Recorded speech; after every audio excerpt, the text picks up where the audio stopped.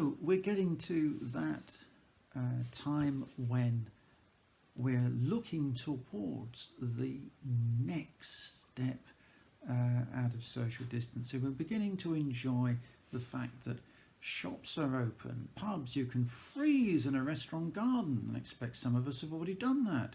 So we're hoping that the weather's going to warm up, obviously, but we've still got social distancing in church, so most things are online.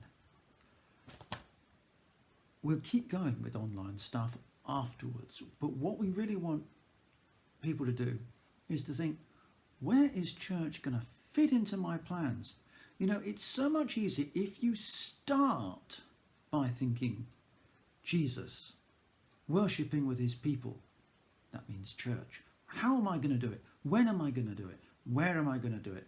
How is it going to fit into my plans so that it is a priority that I build around rather than an afterthought that I chuck in when I can't think of anything else to do?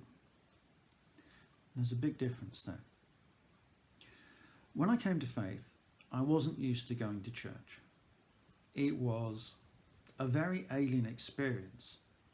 And I can remember going into a place where I was given a load of books at the door with nowhere really to put them, particularly if you've got a coat as well, and scrabbling around trying to find these things.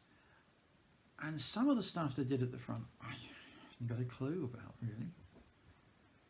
So it was so hard for me to get used to going to church. And the first way that I got used to going to church was when I was in a service where I knew people. And it's really important when we see somebody new coming into a church to approach them. If they find contact difficult, you leave them be. But most people want to build relationships. I vividly remember one woman in my last church who came in as a student saying, I came in to an evening service and I didn't come back for 6 weeks, and when I came back somebody remembered my name, and that's why she stayed. Relationships are very important, so we must be careful when we go into church not to just look at ourselves, but to look out for those around us. We're not just consumers as Christians, we're involved and we're looking to grow spiritually and grow the church numerically.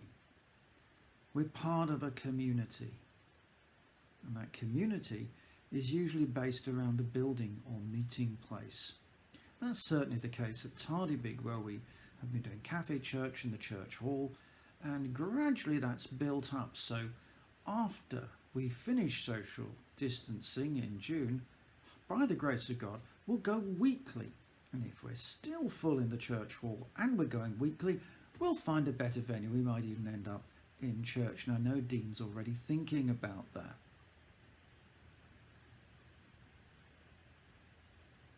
But if we put our church meeting, whatever sort of meeting suits us best, at the back of the queue, or if we insist it's got to happen at that time in that building, we might find ourselves disappointed.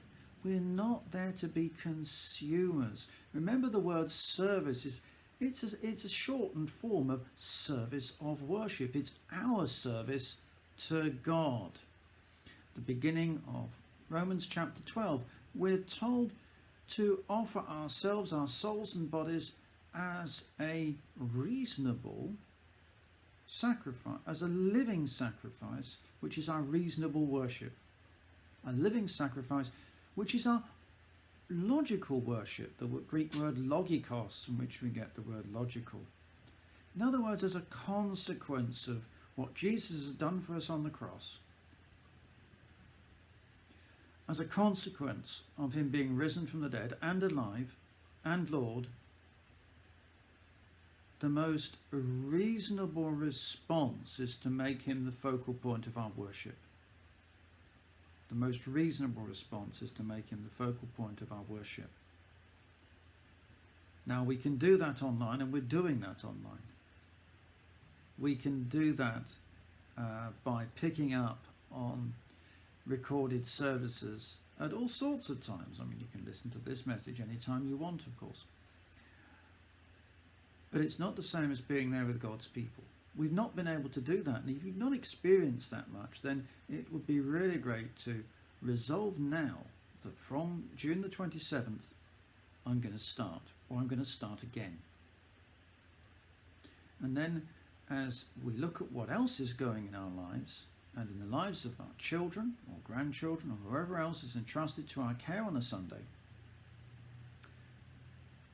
it's going to be part of their lives too. If you can't find something that fits with your lifestyle, you might have to change your lifestyle. Or, if that's too difficult, talk to myself or Jane or Dean or Mike or anybody in leadership at St. Bartholomew's or at whatever church you want to go to, and see if something can be done or another suggestion can be made. Speaking personally, I'd much rather you go to